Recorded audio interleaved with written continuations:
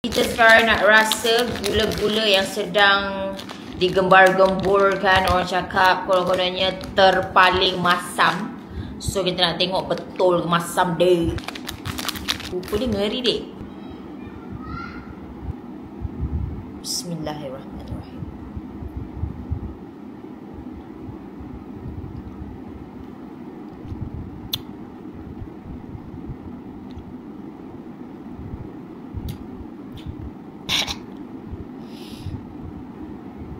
Bermasam.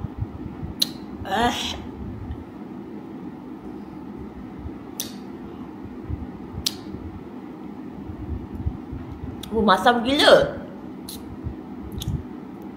Apa benda weh dalam ni? Kecoh air liu. Dia suka.